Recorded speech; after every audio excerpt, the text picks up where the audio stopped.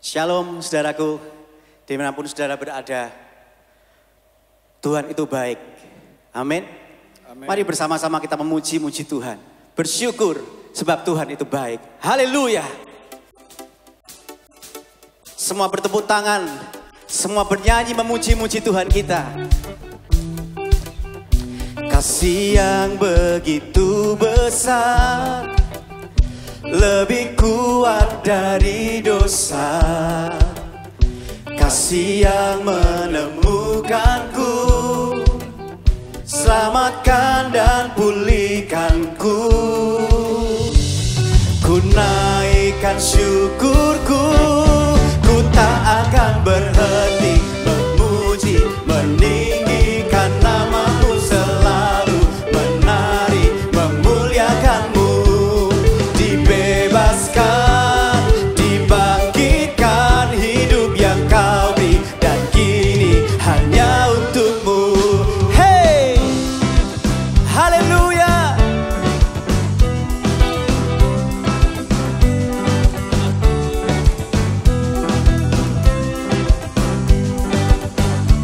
Terima kasih buat kasih setiamu Tuhan. Kasih yang begitu besar. Kasih yang begitu besar, lebih kuat dari dosa.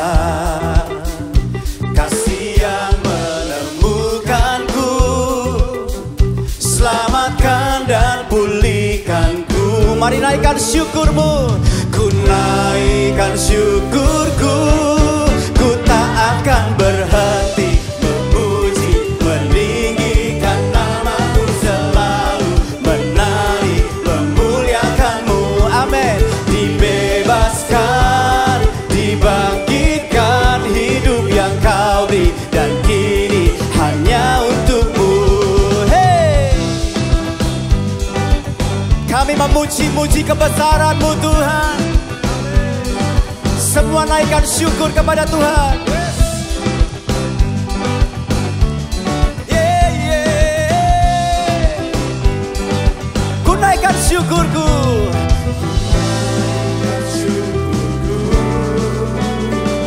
ku naikkan syukurku, ku tak akan berhenti memuji, meninggikan namamu, selalu menari, memuliakanmu.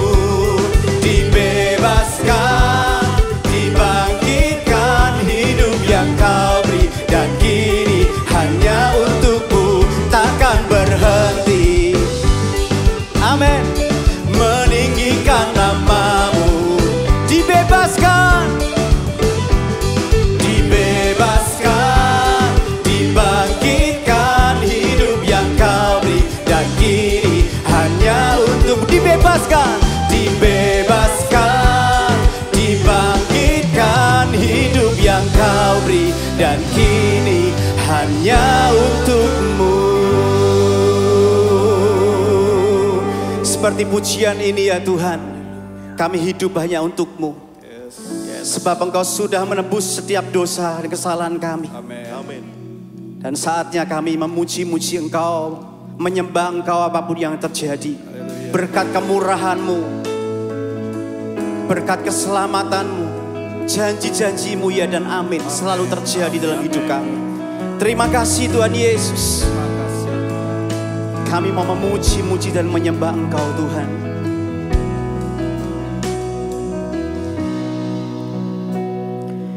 Kau hiasi kehidupanku dengan kemurahan-Mu. Kau rancangkan masa depanku penuh dengan harapan. Aku ada saat ini, semuanya karena kasih-Mu. Aku hidup hari ini, semua berkat kemurahan-Mu. Terima kasih Yesus, Engkau sangat baik.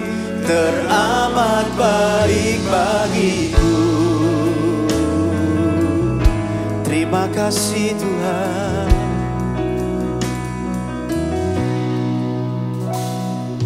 Kau hiasi kehidupanku dengan kemurahan-Mu. Amin. Kau rancangkan masa depanku penuh dengan harapan.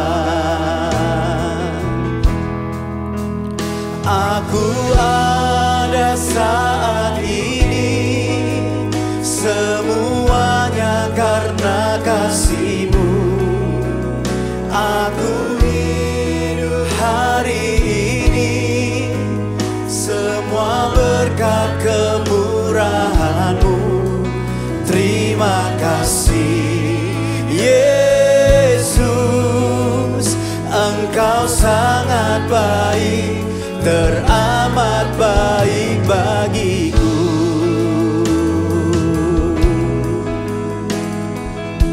Mari sekali lagi kau hiasi kehidupan dengan iman. Kau hiasi kehidupanku dengan kemurahan-Mu. Amin. Kau rancangkan masa depanku penuh dengan harapan. Aku ada saat ini, semuanya karena kasih-Mu. Aku hidup hari ini, amin, semua berkat kemurahan-Mu. Terima kasih Yesus, Engkau sangat baik, teramat baik. Aku ada saat ini, semuanya karena kasih-Mu. Aku hidup hari ini, semua berkat kemurahan-Mu. Terima kasih Yesus, Engkau sangat baik, teramat baik. Aku ada saat ini, semuanya karena kasih-Mu. Aku hidup hari ini, semua berkat kemurahan-Mu. Terima kasih Yesus. Oh, terima kasih Tuhan. Engkau sangat baik, teramat baik bagiku. Sebab rancangan-Mu adalah rancangan damai sejahtera ya Tuhan. Kami bersyukur mempunyai Allah yang dahsyat seperti Engkau. Dan biarlah setiap hati menyembah dengan segenap hati dan jiwa kami.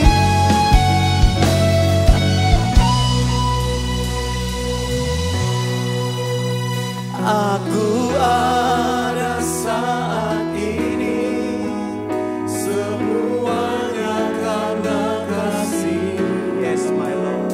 Aku hidup hari ini, semua berkat kemurahan. Terima kasih Tuhan Yesus. Oh, terima kasih Tuhan. Engkau sangat baik, saat ini, semuanya karena kasih-Mu. Aku hidup hari ini, semua berkat kemurahan-Mu. Terima kasih Yesus, Kau sangat baik, hanya Padamu bagiku. Yesus, Engkau sangat baik, teramat baik bagiku. Oh,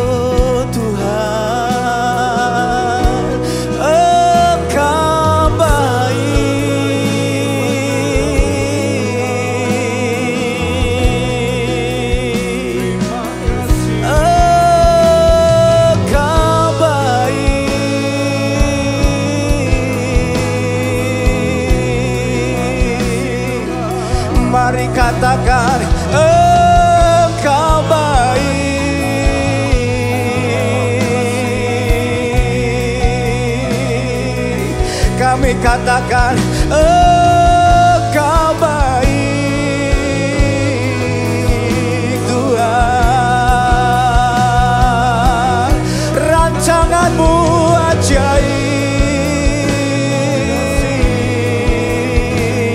Tuhan, rancanganmu besar, rancanganmu ajaib Tuhan. Kami memuji-muji-Mu, kami menyembah-Mu Tuhan. Oh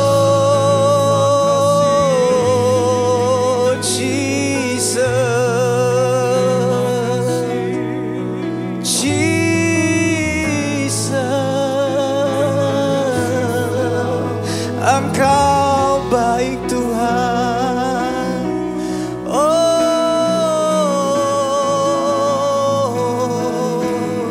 Engkau sangat baik Tuhan. Jesus,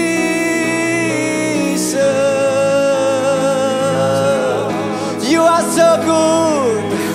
You are so good to me, God. Oh, Jesus, we worship You, Lord. We worship You, God. Only You, Jesus.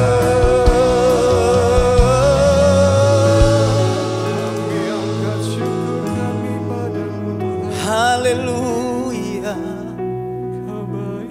Terima kasih Tuhan.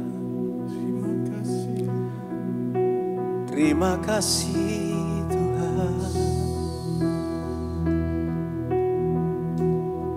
Terima kasih Yesus.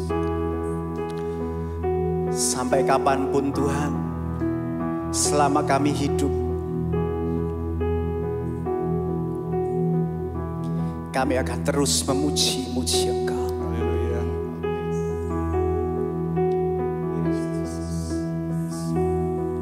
Ku kan bernyanyi sampai jiwaku percaya, sampai hatiku mendengar lagu pengharapan. Ku kan berserah, ku tahu aku tak sendiri. Ku yakin Kau mengasihiku, bahkan di dalam api pun ku kan menyembah-Mu. Ku kan bernyanyi sampai jiwaku percaya, sampai hatiku mendengar. Oh yes Lord, lagu pengharapan. Amin. Ku kan berserah, ku tahu aku tak sendiri. Ku yakin Kau mengasihiku, bahkan di dalam api pun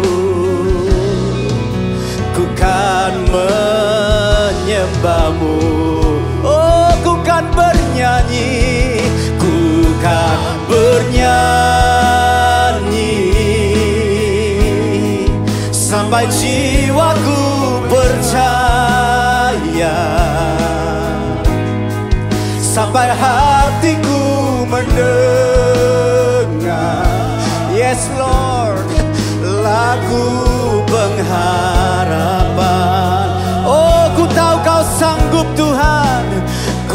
tahu kau sanggup,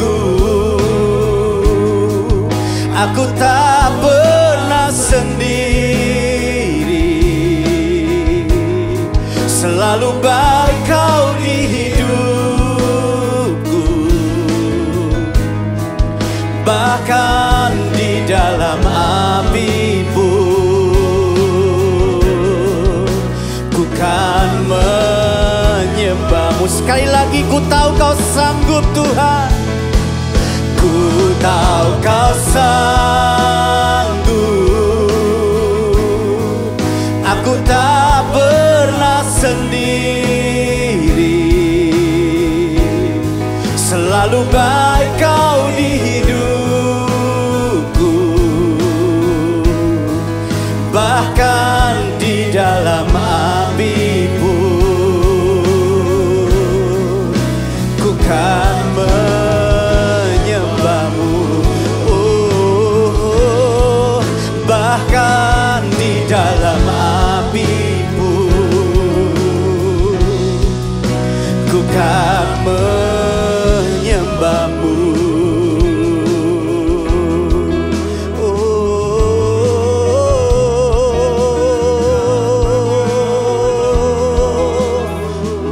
Menyembahmu Tuhan, menyembahmu Tuhan. Terima kasih Bapa.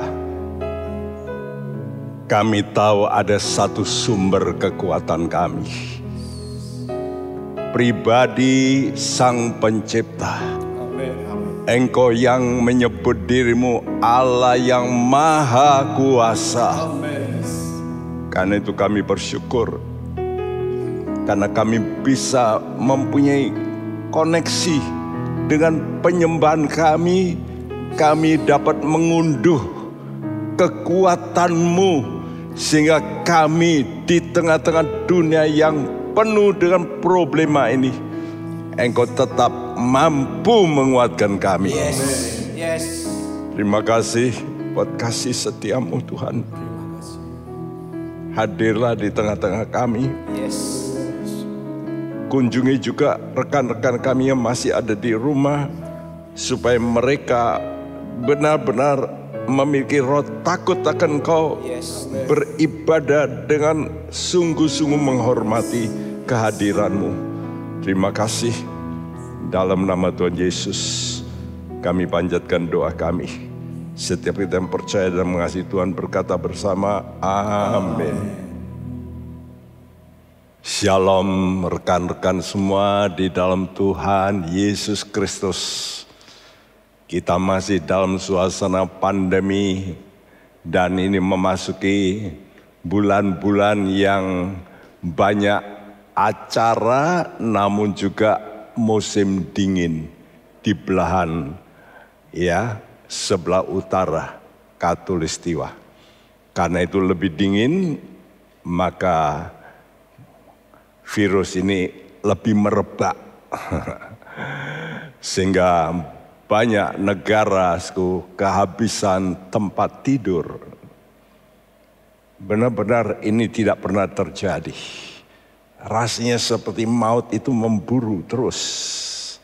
Ya, saudaraku, karena itu mari kita harus siapkan diri kita untuk mempunyai stamina rohani yang tinggi sekali. Kalau sudah melihat gambar ini, waduh, ini sudah dekat ini. Ini bisa kena ini, ya saudaraku.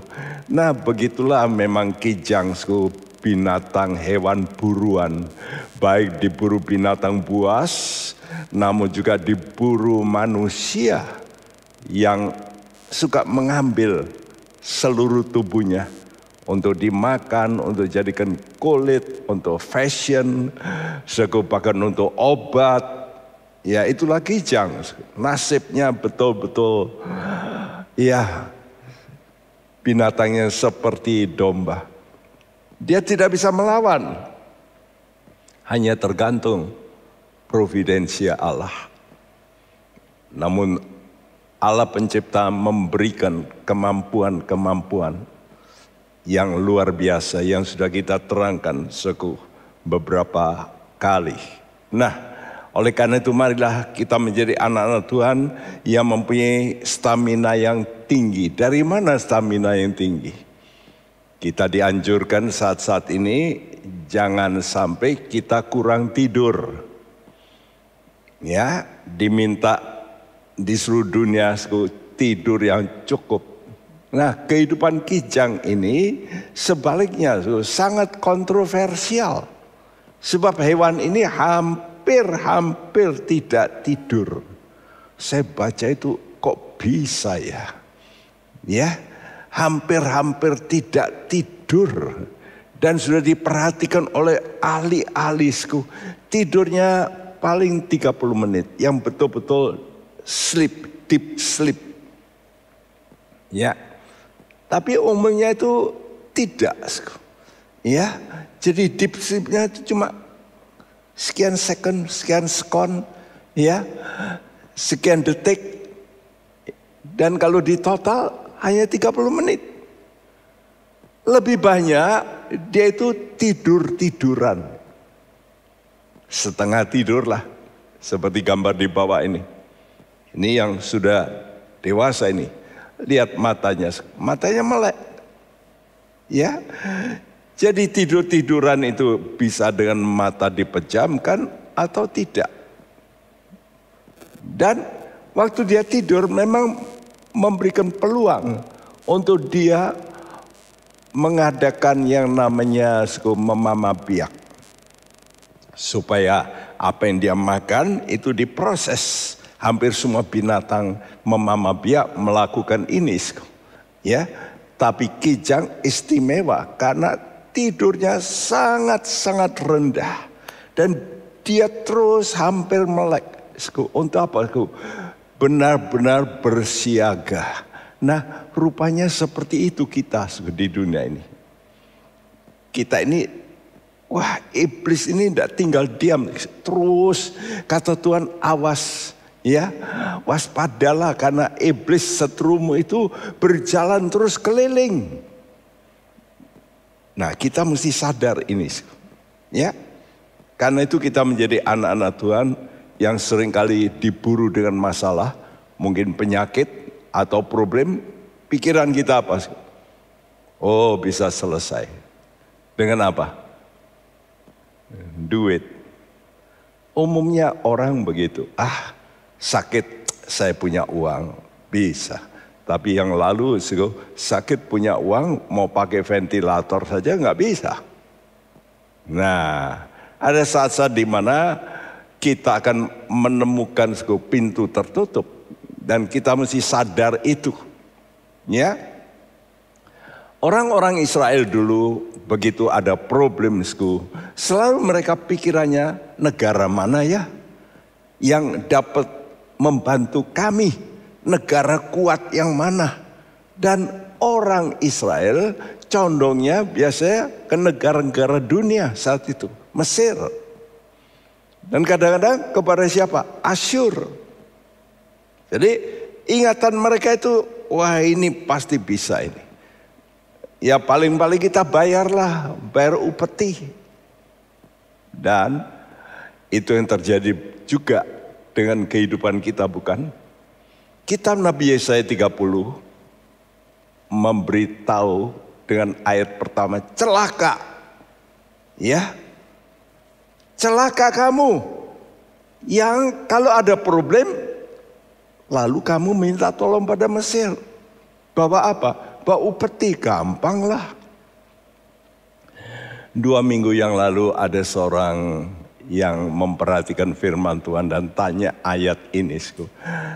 Tapi waktu saya menyiapkan ini, saya sebetulnya sudah tuliskan Yesaya 30 ayat yang lainnya. Tapi setelah itu saya baca seluruhnya, saya diingatkan akan pertanyaan ini.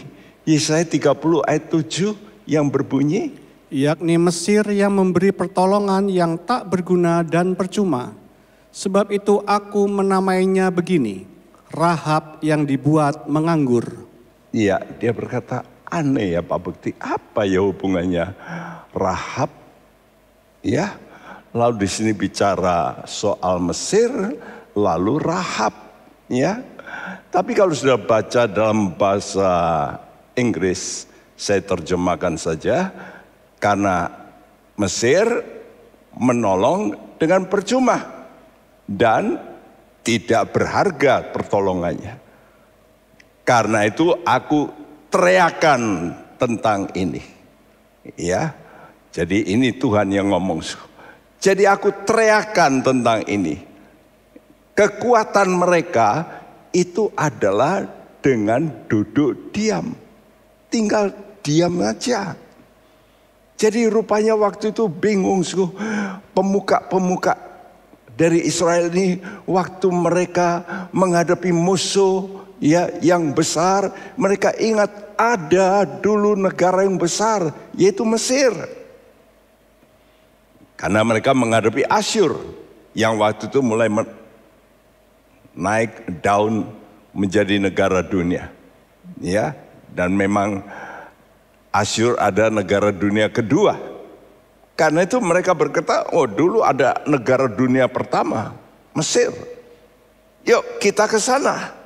Ya, tapi Tuhan memperingatkan bahwa pertolongan Mesir itu sia-sia dan tidak berharga. Ya, karena itu aku teriakan tentang hal ini. Kekuatanmu, karena kata Rahab itu artinya kekuatan. Ya, rupanya Tuhan ingatkan, ingat loh, nenek moyangmu itu dulu Rahab. Salah satu yang masuk dalam komunitas Israel itu namanya Rahab. Ya, jadi itu adalah orang dunia. Tapi kenapa dia bisa hidup dan berada teguh? Karena Rahab memang dia berkata, waduh celaka musuh kita. Waktu itu Israel yang akan menyerang pasti kita kalah. Karena itu caranya bagaimana? Caranya bersandar sama Tuhan. Artinya diam seperti Rahab. Kamu itu lihat itu Rahab. Itu kan nenek moyangmu juga yang melahirkan Daud. Ya. Nah, coba ikuti cara Rahab ini. Rupanya Allah seperti itu mengatakan. Ya, saudara, jadi kehidupan orang beriman itu memang harus kuat. Dan bagaimana kuat? Kalau berdiam diri di hadirat Tuhan. Nah, ini ayat yang sebetulnya saya pasang lebih dulu, tapi terus Tuhan ingatkan, saya mesti baca dari awal, apa hubungannya? Ya, lalu saya ketemukan ayat tadi, ya, soal Rahab.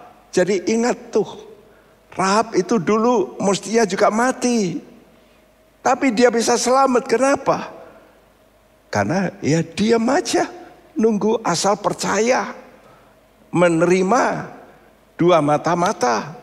Yesaya 30 ayat 15. Sebab beginilah firman Tuhan Allah yang Maha Kudus, Allah Israel. Dengan bertobat dan tinggal diam, kamu akan diselamatkan. Dalam tinggal tenang dan percaya terletak kekuatanmu, tetapi kamu enggan. Tetapi kamu enggan. Rahab bisa berhasil, tapi kamu enggan. Kenapa toh enggak mau percaya? Ya, Rahab aja aku bisa sisakan semua tembok runtuh, cuma bagian di mana rumah Rahab ada bisa tetap berdiri. Mujizat. Kenapa kamu enggak percaya bahwa aku ini Allah pembuat mujizat? Kamu tinggal diam aja. Tinggal tenang tapi dan percaya. Jadi bukan tenang-tenang, lalu diam-diam ya. Wis orang Jawa bilang, "Mbuh orang ngerti, tak pasrake bongkoan." Bukan begitu. Jadi kita menjadi anak Tuhan bukan menyerah kepada Tuhan. Adalah aku tidak ngerti lah, pokoknya tak serahkan sama Tuhan. Bukan begitu. Tapi harus dengan percaya. Dan percaya datangnya dari mana? Ya mesti ada sumbernya. Percaya. yaitu firman. Ya, dan firman ini harus sampai diucapkan oleh Tuhan pribadi. Karena itu bagaimana percayamu? Harus dengan perbuatan percaya. Apa? Mendekat dalam doa. Nah, doa dan firman ini betul-betul powerful. Ya, karena itu Tuhan ingatkan, suku, bahwa kehidupan orang percaya ini harus senantiasa terus berjaga-jaga terhadap musuh. Musuhmu tidak berhenti karena musuhmu terus jumlahnya banyak dan dia shift. Ya, gerakan iblis itu pakai ini, pakai itu, cara shifting. Suku, kalau ini nggak bisa, gaya ini. Kalau ini nggak bisa, gaya ini. Untuk apa? Menjatuhkan. Dan Tuhan kata waspada. Waspada apa? Yang pertama, Matius 16 ayat 16. Yesus berkata kepada mereka, berjaga-jagalah dan waspadalah terhadap ragi orang Farisi dan Saduki. Ya, waspada terhadap ragi orang Farisi dan Saduki. Ada lagi satu ragi orang Herodiani. Itu sebetulnya orang Saduki juga. Jadi dua ini. Apa toh ragi orang Farisi itu? Jadi kata ragi dalam Lukas 12 itu adalah ajaran, pengajaran, ya. Pengajaran orang Farisi itu agamawi, jadi Kristen kulit, sok. Jadi ditontonkan begitu. Nah, kita mesti hati-hati. Apakah kita terjebak di situ? Ya, doa kita doa yang ya asal berdoa, tapi hati kita jauh. Ibadah-ibadah, loh aku datang ke gereja, tapi hatimu jauh dari Tuhan. Memuji, tapi hatimu tidak betul-betul menghormati. Ini ragi. Dan ini banyak kali menjadi jalan dari iblis untuk membuat kita nggak sadar kita bisa nanti tidak berjaga-jaga. Apa ragi orang Sadukis? Kedudukan.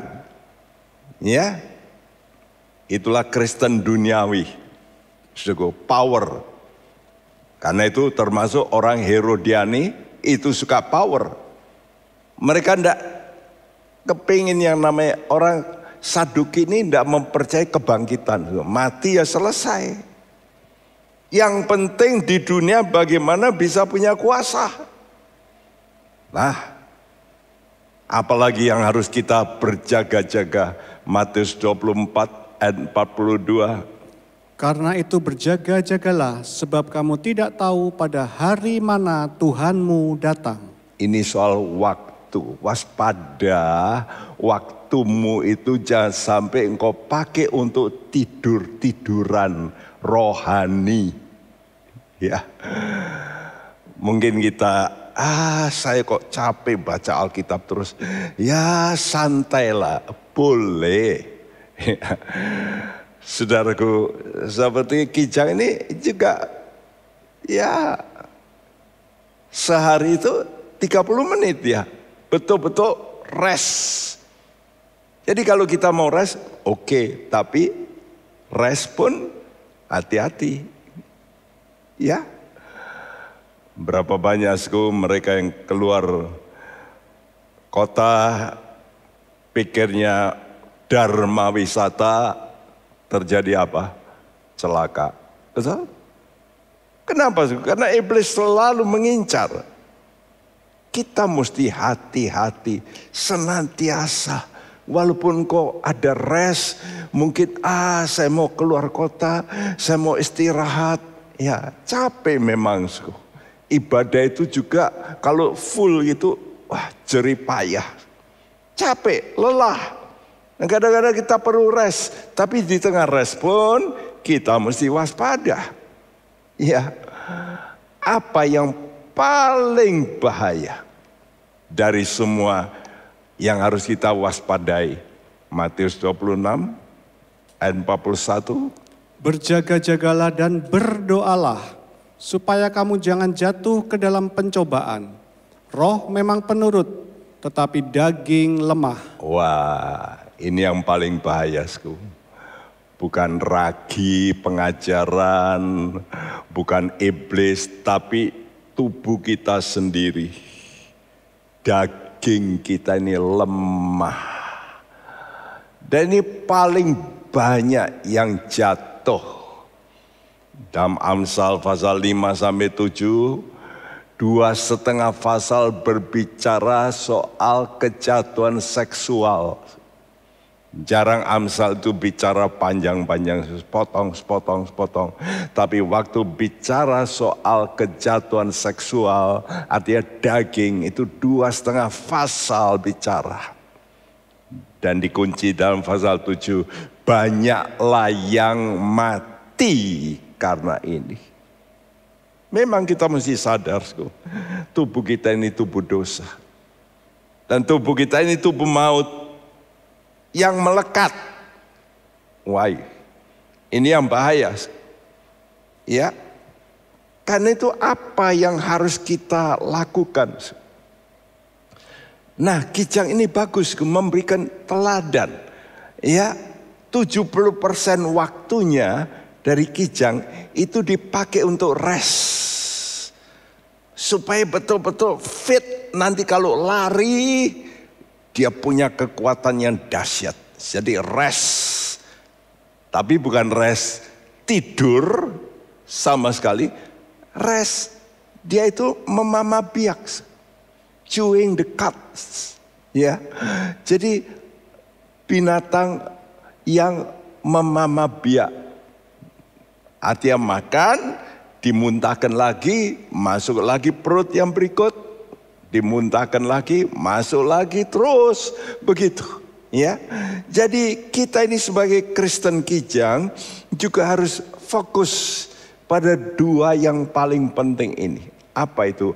Perhentian dalam doa. Tentu harus doa dalam roh. Dan juga firman dalam roh. Dua hal ini, baik doa maupun firman, ini mesti dalam roh. Dari binatang-binatang Tuhan mulai kasih daftar, untuk orang-orang Israel, ini boleh dimakan, ini nggak boleh dimakan, ini haram ini. Ya, ini nggak boleh dimakan. Mesti yang kudus, kosher. Orang-orang jago Ibrani berkata kosher. Dulu pernah ada guide yang memimpin saya 2 kali datang ke Semarang dan dia mau makan ikan. Lalu saya tawari yang lain, ini ada udang enak, no. Kepiting, no. Dia hanya melihat ikan, oke, kalau ikan, kosher. Iya, tidak haram. Oke, saya mau makan. Saudara, jadi memang Kijang ini termasuk dari hewan yang kosher. Lambang hewan bermoral. Kenapa saya tuliskan bermoral? Memang kata-kata aslinya itu mempunyai maksud begitu. Ya. Jadi coba kita baca Ulangan 14 ayat 1-3 ini supaya ngerti. Kamulah anak-anak Tuhan Allahmu. Janganlah kamu menoreh-noreh dirimu ataupun menggundul rambut di atas dahimu karena kematian seseorang. Sebab engkaulah umat yang kudus bagi Tuhan Allahmu. Dan engkau dipilih Tuhan untuk menjadi umat kesayangannya dari antara segala bangsa yang di atas muka bumi. Janganlah engkau memakan sesuatu yang merupakan kekejian. Jangan engkau makan sesuatu yang merupakan kekejian. Jadi ayat ini digandengkan dengan cara-cara adat-adat dulu kalau ada orang mati, nore-nore tubuh, gundul rambut. Kadang-kadang sudah lihat pergi ke desa-desa, ada anak-anak yang dicukur, disisakan sebagian. Saya dulu tanya, loh kok lucu ini? Kok gundul, kok enggak mau gundul sekali, ada sedikit gitu. Ya ini kepercayaan kami. Oh, kata Tuhan, engkaulah umat yang kudus, kudus. Jadi kembali ke kosher itu, kudus. Jadi tujuan Tuhan, kamu ini dipilih untuk apa? Untuk kudus. Dan kalau kamu bisa kudus, kamu jadi umat kesayangan. Nah kalau sayang, Tuhan sayang, pasti dia pelihara. Ya, lalu digandeng dengan ini. Jangan kau makan sesuatu yang merupakan kekejian. Toebau mempunyai arti menjijikkan, abominable. Ya, jadi menjijikkan secara moral itu artinya, khususnya berhala. Jadi paling benci Tuhan itu kalau orang sudah gandeng sama berhala. Entah berhala itu keyakinan tentang sesuatu ya seperti tadi, supaya selamat rambutnya digundul atau diapakan. Jadi ada satu yang mengikat. Ya, setelah itu lalu Tuhan memberitahu bahwa kijang itu termasuk hewan yang tidak keji, yang bermoral, saya katakan. Ulangan 14 ayat 4-6. Inilah binatang-binatang berkaki 4 yang boleh kamu makan: lembu, domba dan kambing, rusa, kijang, rusa dandi, kambing hutan, kijang gunung, lembu hutan dan domba hutan.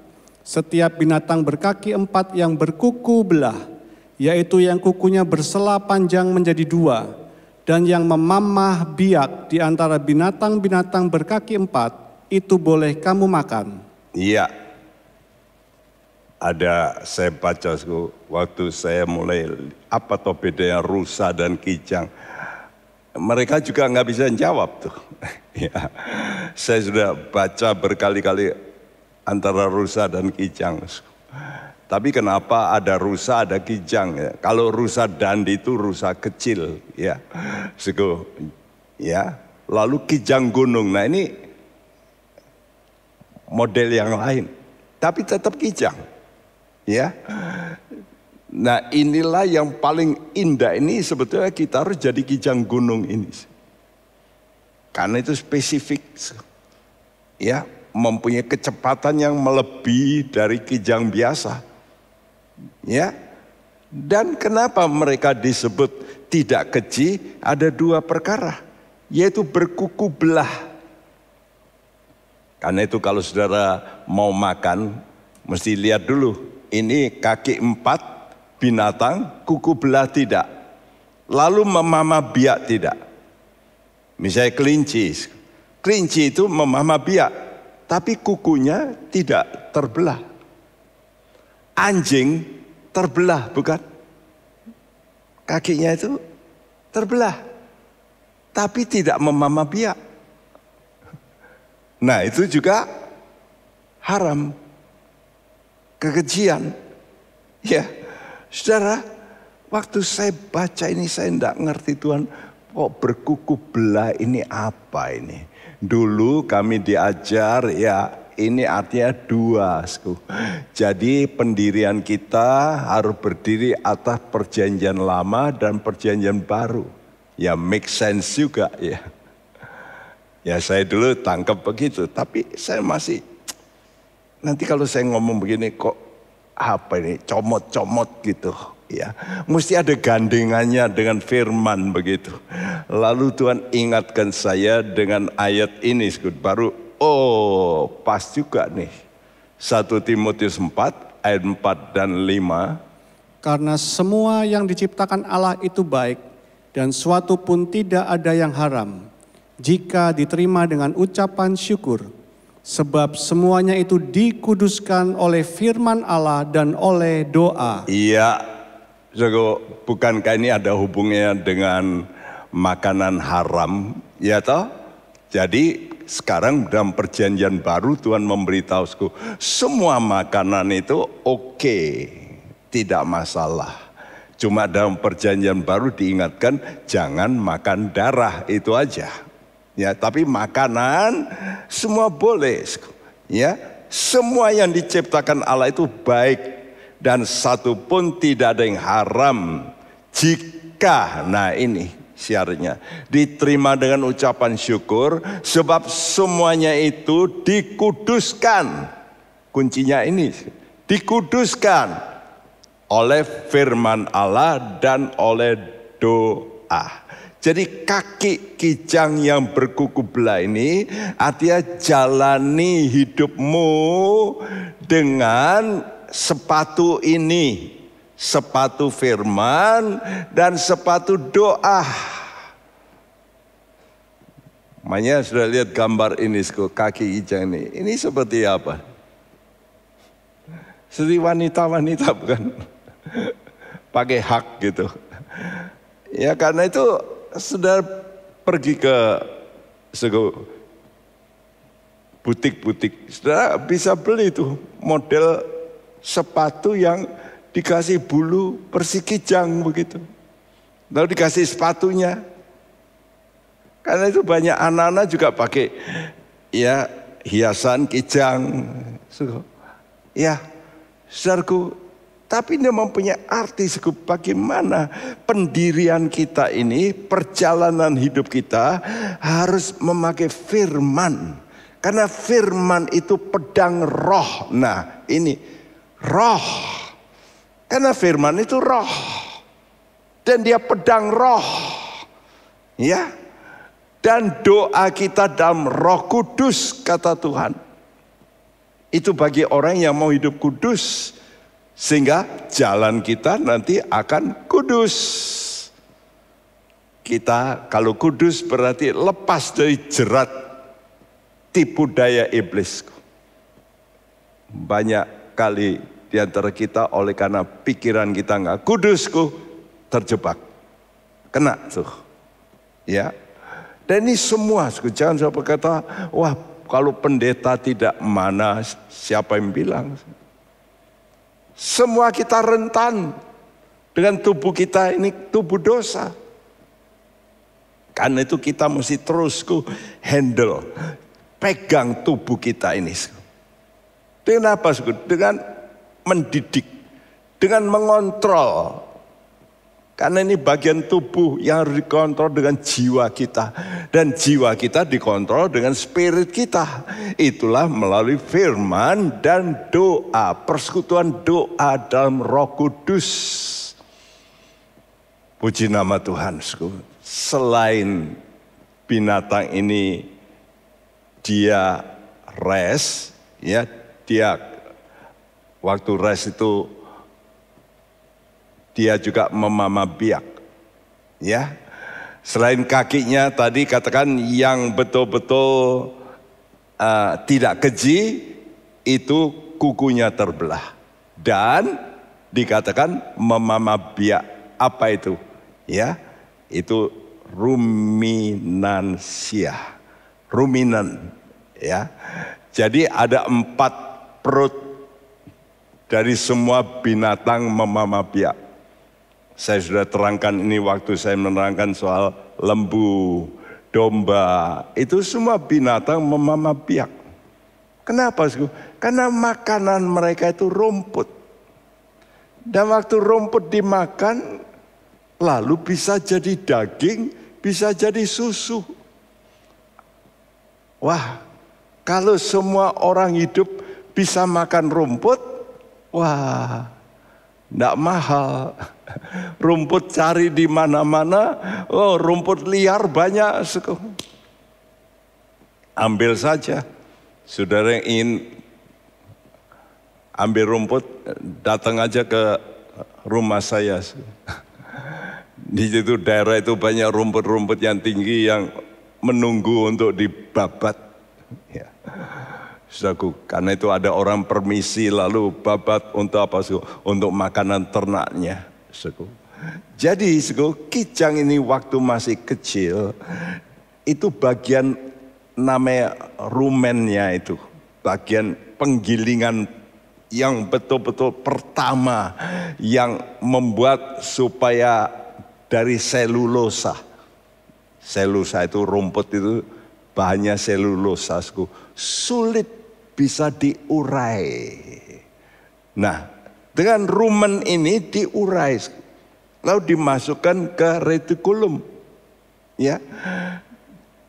Dan perut ini kecil sekali waktu itu. Dan perut yang benar itu besar untuk bayi-bayi kijang. Jadi cuma 30% rumen dan retikulum ini. Sehingga daya cernanya juga rendah. Karena itu tidak heran bahwa bayi-bayi kijang masih perlu susu. Kalau dipelihara orang kadang-kadang pakai botol, mereka bisa ngedot. Ya. Jadi perlu makanan cair. Tapi kalau kijang ini sudah dewasa, rumennya ini yang perut untuk menghancurkan ini membesar. Bisa 70, bisa 80%. Kenapa? Karena ini yang dibutuhkan. Ya, jadi mempunyai daya cerna yang tinggi. Serat-serat diproses jadi daging dan dari susu. Sekarang bagaimana dengan rohani kita? Apakah rohani kita masih bayi? Ataukah dewasa? Ini pertandasku. Tingkat kekudusan kita itu tergantung dari daya cerna firman. Karena apa, Sku? Karena firman Tuhan itu yang menguduskan. Yohanes 17 ayat 17 mengatakan ya bahwa firman itu menguduskan. Jadi benar-benar firman Tuhan yang kita cerna ini lalu bisa menjiwai. Nah, jiwa kita kalau berubah, barulah kita kudus. Kita sudah dikasih spirit yang kudus, tapi jiwa kita belum. Nah, ini perlu bantuan firman ini. Kalau saudara suka mengunyah terus, maka saudara lalu bisa menjadi orang yang punya namanya jiwa yang kudus. Karena itu saudara apa masih bayi atau dewasa rohani? Ibrani 5 ayat 13 sampai 14 berbunyi, sebab barang siapa masih memerlukan susu, ia tidak memahami ajaran tentang kebenaran, sebab ia adalah anak kecil. Tetapi makanan keras adalah untuk orang-orang dewasa yang karena mempunyai panca indera yang terlatih untuk membedakan yang baik daripada yang jahat. Sayang, banyak orang Kristen itu lebih suka dengar firman yang hanya untuk masalah sehari-hari. Sangat senang. Dan itu pendengarnya paling banyak. Ya, bagaimana bisa mengalami pertolongan Tuhan dalam hidup ini. Bagaimana bisa sembuh. Bagaimana bisa kaya. Wah, itu paling senang. Tapi kalau sudah bicara soal makanan keras firman, ya seperti ini. Pendalaman Alkitab. Ini banyak orang gak suka, saya tahu. Tidak banyak orang Kristen suka dengar ya akan pendalaman Alkitab. Dia lebih senang yang ringan-ringan. Pak Bekti ini kok terlalu dalam. Nah, kapan gak dalam-dalam? Maunya yang bagaimana problem ini dipecahkan. Nah, kalau begitu saudara menanti pemecahan berarti problem terus. Saya nggak suka. Saya suka saudara bisa mengerti, jangan membuat problem. Wow, itu lebih bagus. Dan 3 panca indera. Di sini katakan mempunyai panca indera yang terlatih untuk membedakan. Nah, yang baik dan yang jahat. Walaupun itu mungkin kelihatannya baik, tapi jahat. Tidak, kita nggak mau. Nah, kita mesti mempunyai panca indera yang terlatih. Apa? Pertama, penciuman. Saya sudah terangkan, penciuman daripada kijang ini luar biasa. Dia bisa mencium setengah kilometer sudah tahu. Ada tikus, sudah tahu. Ya. Jadi kita mesti juga bisa membedakan, roh membedakan. Ini karunia Roh Kudus. Lalu mata yang jeli, saya sudah katakan bahwa dia mempunyai pandangan sampai 310 derajat. Jadi blind spotnya itu cuma 50 derajat. Kalau kita, pandangan kita 210, blind spot kita 150 derajat. Ini manusia. Tapi kijang mempunyai mata yang bisa sampai melihat 310 derajat. Dan telinganya gede, besar, dan bukan hanya besar, bisa diputar. Coba lihat gambar yang di bawah itu. Yang satu ke sana, yang satu ke sini. Jadi dia bisa muter gitu. Radar gitu ya. Wah. Nah ini semuanya ini untuk apa? Untuk siaga. Ada yang jahat ini, ada yang jahat. Ya. Karena itu mari hati-hati dengan omongan-omongan orang. Kadang-kadang kenapa sudah kena tipu? Ya karena saudara tidak punya hikmat. Tidak mempunyai panca indera untuk membedakan. Mazmur 1 ayat 1 sampai 3 ini ada kata-kata yang saya potong. Berbahagialah orang yang, nah mestinya ini tapi saya langsungkan ke ayat 2 ya. Jadi gandeng gitu mestinya yang titik baru kesukaannya. Ya tolong dibacakan Mazmur 1 ayat 1 sampai 3. Berbahagialah orang yang kesukaannya ialah Taurat Tuhan, dan yang merenungkan Taurat itu siang dan malam. Ia seperti pohon yang ditanam di tepi aliran air, yang menghasilkan buahnya pada musimnya, dan yang tidak layu daunnya.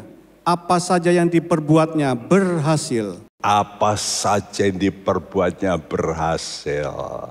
Nah ini bukankah lebih penting? Jadi saudara itu lebih baik mempunyai ketahanan daripada penyembuhan. Ya, buat apa saudara itu minum obat kalau saudara punya imunitas yang tinggi? Nah saya ingin supaya saudara menjadi orang Kristen yang punya imunitas yang cukup. Ya, bagaimana bisa? Pertama-tama mesti ada kesukaan terhadap firman. Karena itu, wah ini PA. Wah, saya dulu begitu, PA itu saya mesti datang. Waktu muda. Saya perhatikan, waktu saya kuliah, PA saya hadir. Waktu doa, saya hadir. Dua perkara ini, PA dan doa. Terus, saya kejar. Doa malam juga. Malam suntuk itu di Bandung jam 10 sampai jam 4 pagi. Ya. Dan itu sering saya ikuti walaupun kuliah juga. Itu kan hari Sabtu. Hari Minggu kan bisa ya santai sedikit. Ya. Saudara, berbahagia orang yang kesukaannya. Jadi saudara mesti mempunyai kesukaan lebih dulu. Lalu baru ada waktu. Makanya kalau orang nggak punya hobi. Misalnya, ayo mancing, nggak punya hobi mancing, enggak, ngapain, kena panas. Tapi kalau yang hobi mancing, yuk jalan. Nah kalau kita kesukaannya sudah firman Tuhan, lalu kita merenungkan, nah ini kata merenungkan ini Haggah ini. Ya, Haggah ini artinya dalam bahasa Inggris to murmur, bergumam. Kamu mesti menggumamkan firman siang dan malam.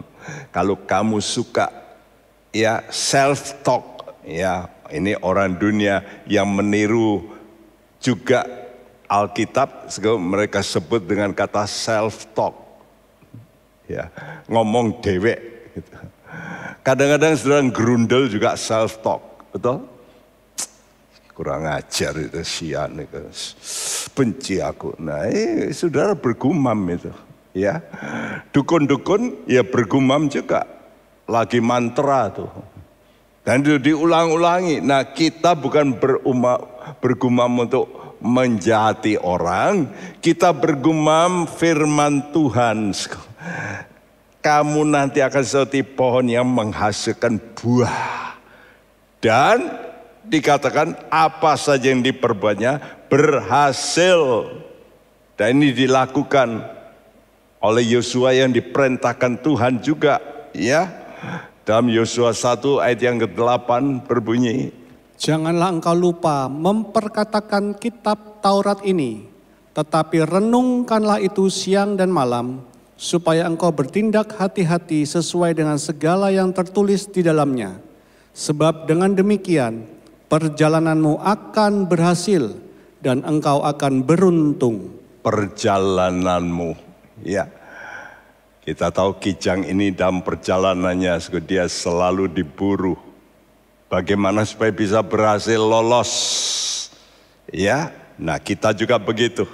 Kita ini orang Kristen tidak boleh balas, tidak. Jadi kita ini tidak punya kekuatan untuk nyerang. Kita harus bisa menghindar saja. Aku letakkan kamu seperti domba di antara serigala. Jadi memang orang Kristen sering jadi bulan-bulanan. Ya, dirampok, dibakar, dilakukan ini, tidak membalas.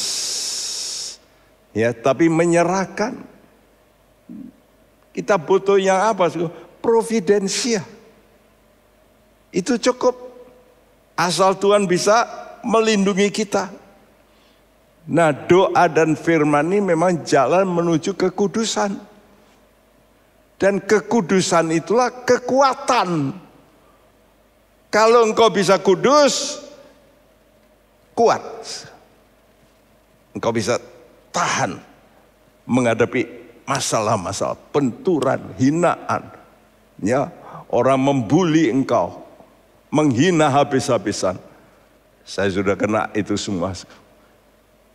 Dilempar makanan ya pernah, ya, ditutup pintu geruang ya pernah, ya, ditempeling ya pernah. Wah, udah, tapi saya diam aja. Ya seperti binatang yang tidak punya kekuatan, serahkan aja. Nah, waktu-waktu kita dalam titik jiwa kita ini letih lesu, apa yang harus kita lakukan? Yunus 2 ayat 7 berkata, ketika jiwaku letih lesu di dalam aku, teringatlah aku kepada Tuhan, dan sampailah doaku kepadamu, ke dalam bait-Mu yang kudus. Doaku sampai kemana? Ke bait-Mu yang kudus. Wow. Waktu jiwa kita letih, mari lari kepada Tuhan. Naikkan doamu, naik sampai ke bait Tuhan yang kudus. Dan inilah yang dilakukan juga oleh nabi-nabi. Termasuk Hagai yang waktu itu berkata, Tuhan, kenapa toh orang Israel ini engkau izinkan dihancurkan oleh Babylon, padahal Babylon itu berhalanya segudang. Aneh Tuhan ini, kita dilarang membuat berhala sedikit aja nggak boleh. Ini yang segudang malah menghantam kami. Ya, ini pertanyaan. Tuhan kata, kamu nggak bisa ngerti. Sampai dikatakan Habakuk, naik. Ya, naik kemana? Naik ke tempat doa. Dan kamu akan punya iman untuk melihat nantinya bagaimana. Bukan sekarang. Ya, nah, karena itu doa ini perlu dengan puji-pujian. Habakuk 3 ayat 1 dan 2. Doa Nabi Habakuk menurut nada ratapan. Tuhan, telah ku dengar kabar tentang Engkau dan pekerjaanmu ya Tuhan, ku takuti. Hidupkanlah itu dalam lintasan tahun, nyatakanlah itu dalam lintasan tahun, dalam murka ingatlah akan kasih sayang. Ya, doa ini bahasa lain tefilah, intercession, hymn. Jadi doa yang berbentuk hymn. Doa dari Nabi Habakuk menurut nada ratapan. Nah ini perlu diubah di kata ratapan ini. Justru nada yang variabel gitu. Sigionot. Ya sigionot. Ini nada yang makanya kadang-kadang kita juga bersenandung dengan nada yang berganti-ganti. Nah, jadi kita membesarkan nama Tuhan itu dengan omongan yang sama tapi nada yang berbeda. Ya, Tuhan, telah kudengar kabar tentang Engkau. Yang penting itu firman ini dan pekerjaanmu. Ya. Tuhan yang kutakuti, kuhormati, hidupkanlah itu. Ya, jadi firman dan perbuatanmu itu supaya hidup dan nyatakan itu dalam diri kami Tuhan. Ya, sehingga waktu dia tidak mengerti tentang caranya Tuhan, dia pokoknya berkata, udahlah, pokoknya kalau dengan Tuhan itu masalah-masalah apa, sekalipun badai datang, sekalipun ada sakit penyakit, sekalipun ada serangan, pokoknya kita mesti tetap percaya. Karena itu disimpulkan dalam Habakuk 3 ayat 17 dan 19. Sekalipun pohon ara tidak berbunga, pohon anggur tidak berbuah, hasil pohon zaitun mengecewakan, sekalipun ladang-ladang tidak menghasilkan bahan makanan, kambing domba terhalau dari kurungan, dan tidak ada lembu sapi dalam kandang. Namun aku akan bersorak-sorak di dalam Tuhan, beria-ria di dalam Allah yang menyelamatkan aku. Allah Tuhanku itu kekuatanku. Ia membuat kakiku seperti kaki rusa. Ia membiarkan aku berjejak di bukit-bukitku untuk pemimpin biduan dengan permainan kecapi. Iya, ini bukan nada ratapan, ini nada bagaimana kita memuji Tuhan dengan kegirangan, dengan sukacita.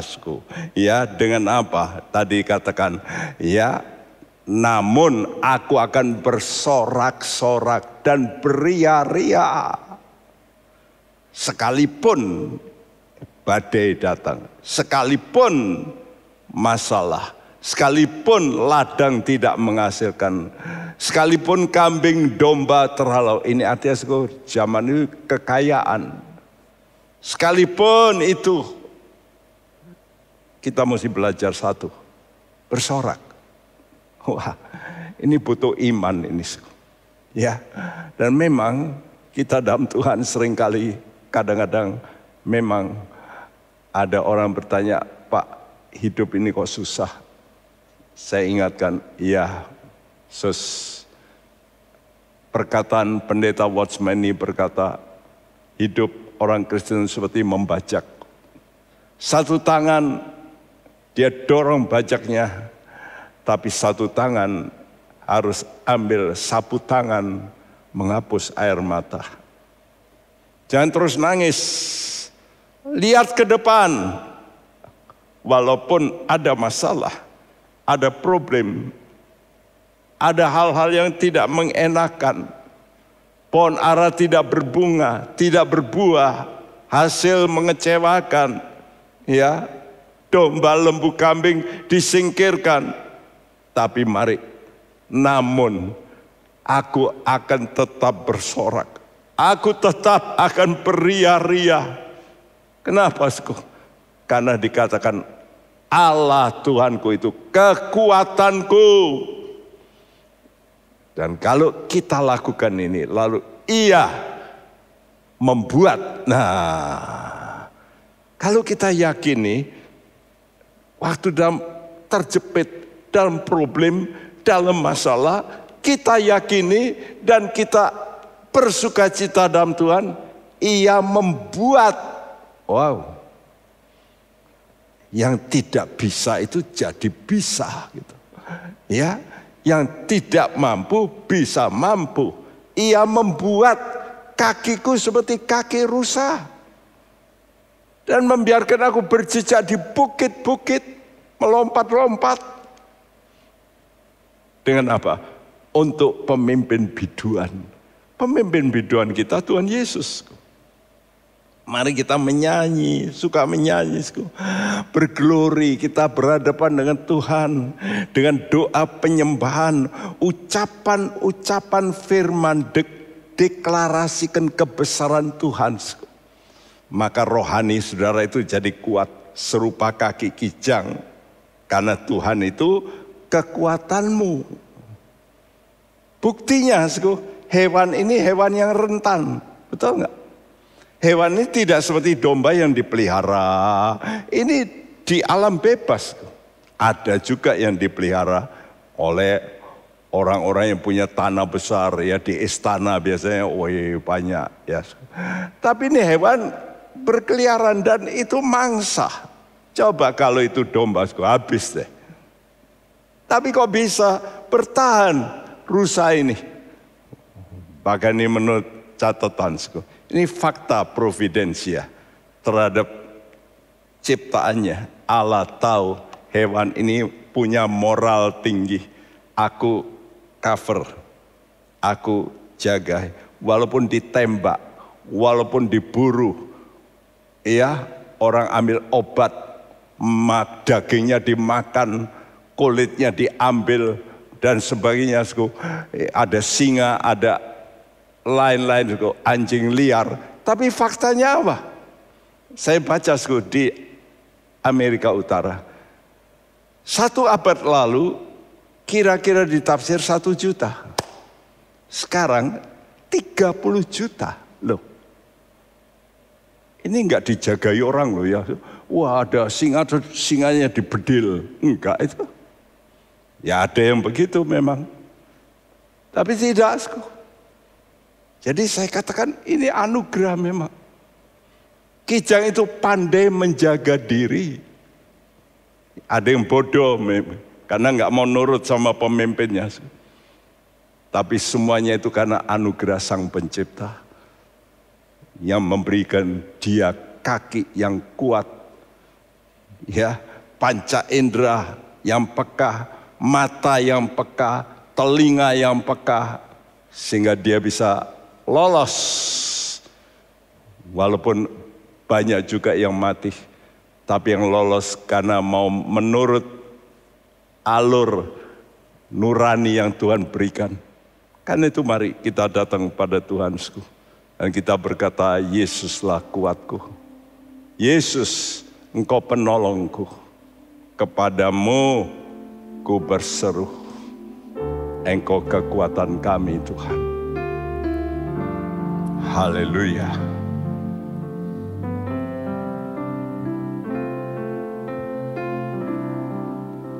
Yesuslah kuatku.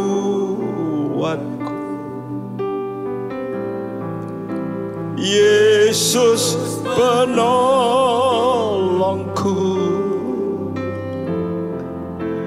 Kepadamu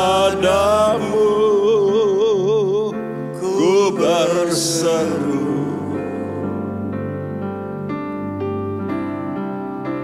Yesus perisaiku.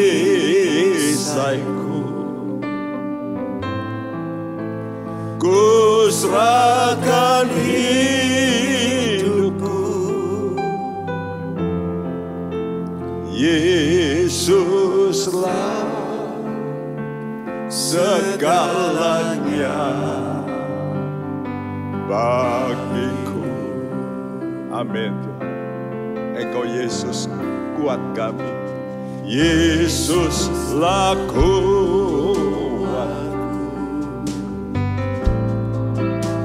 Yesus penolongku.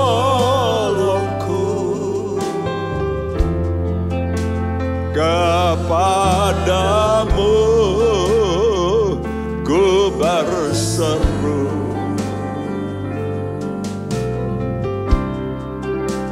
Yesus perisaiku,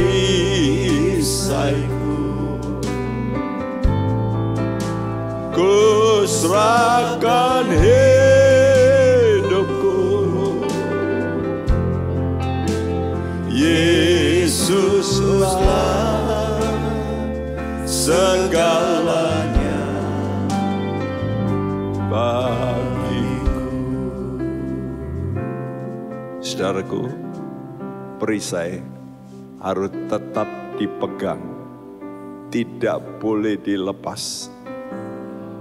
Dan perisai itu harus lekat, dekat, tidak ditaruh jauh, tapi dekat dengan tubuhmu. Karena itu, izinkan Tuhan mengontrol tubuh kita ini, tubuh maut, tubuh dosa. Mari kita berseru pada Tuhan, Tuhan, Engkaulah kekuatan kami. Amin. Mari kita mau berdiri, mari kita suka berseru-seru. Yesus, Engkaulah kuat kami, Engkau perisai kami. Haleluya.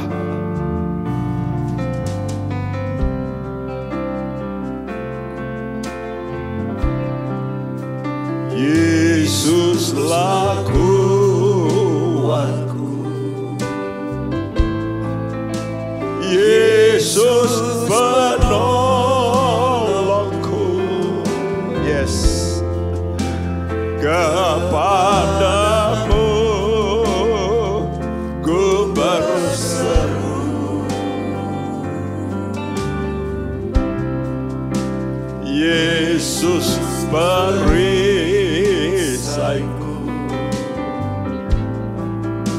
ku serahkan hidupku. Yesuslah segalanya bagiku.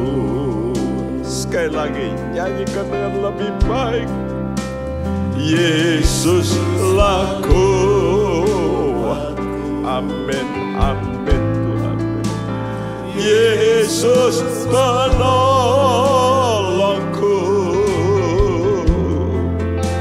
kepadamu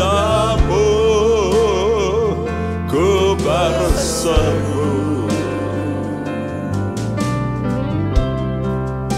Yesus perisaiku,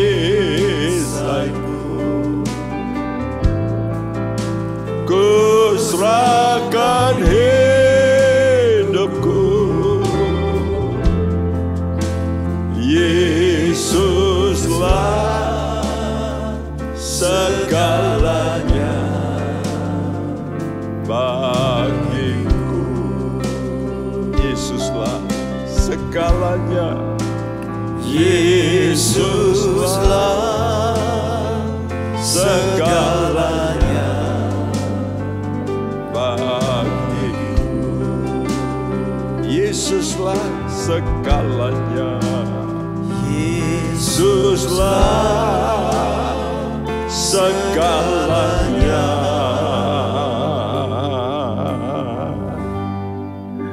bagiku.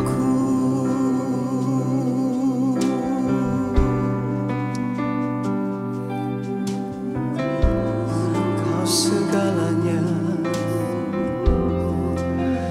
Engkau segalanya, Jesus. perisaiku.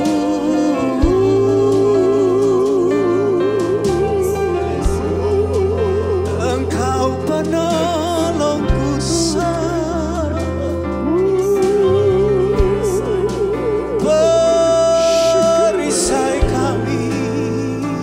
rasono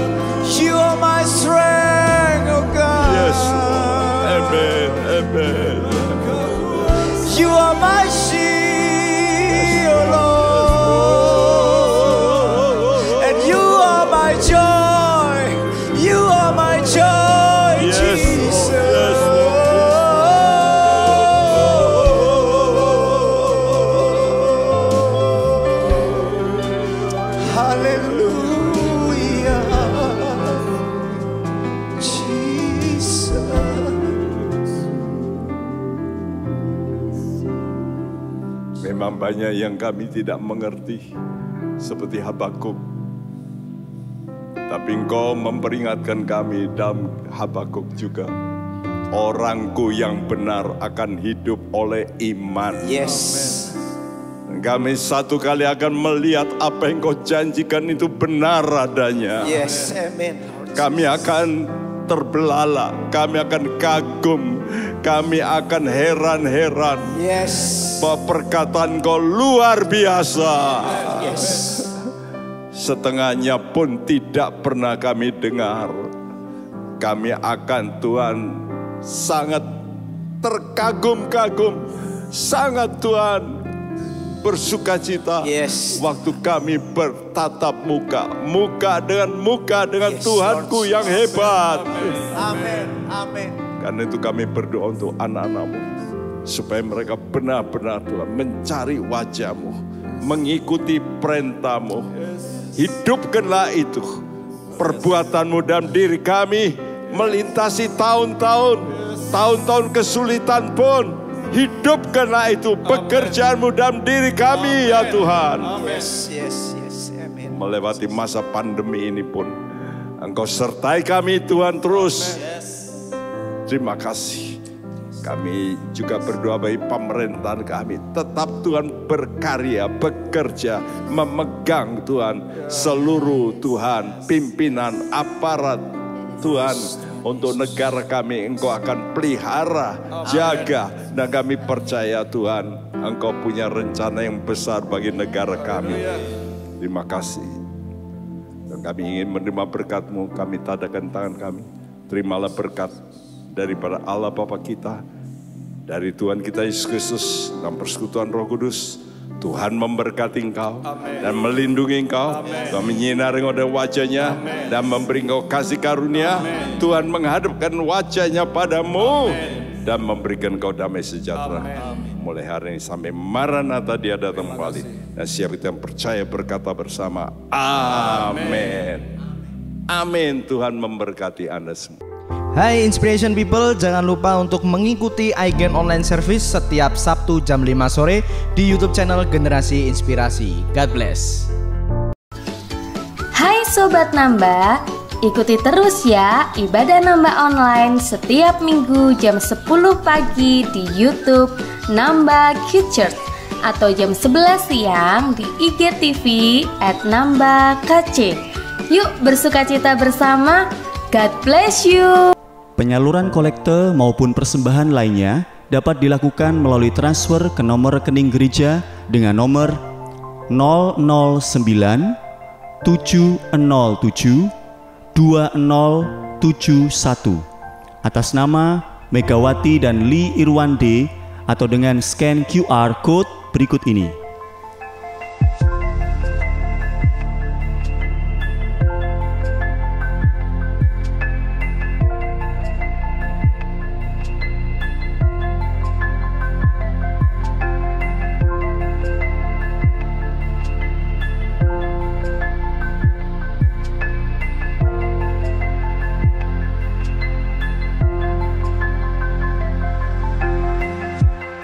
Bagi jemaat Tuhan yang rindu mendapatkan informasi seputar kegiatan gereja, renungan harian, dan lain-lain melalui WhatsApp gereja, Anda dapat mendaftar dengan cara ketik BC spasi on dan mengirimkan ke WA gereja dengan nomor 0815 7802 2000.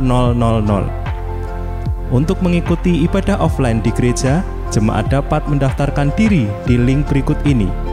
Silakan mengisi data diri dan mengikuti protokol yang sudah ditentukan.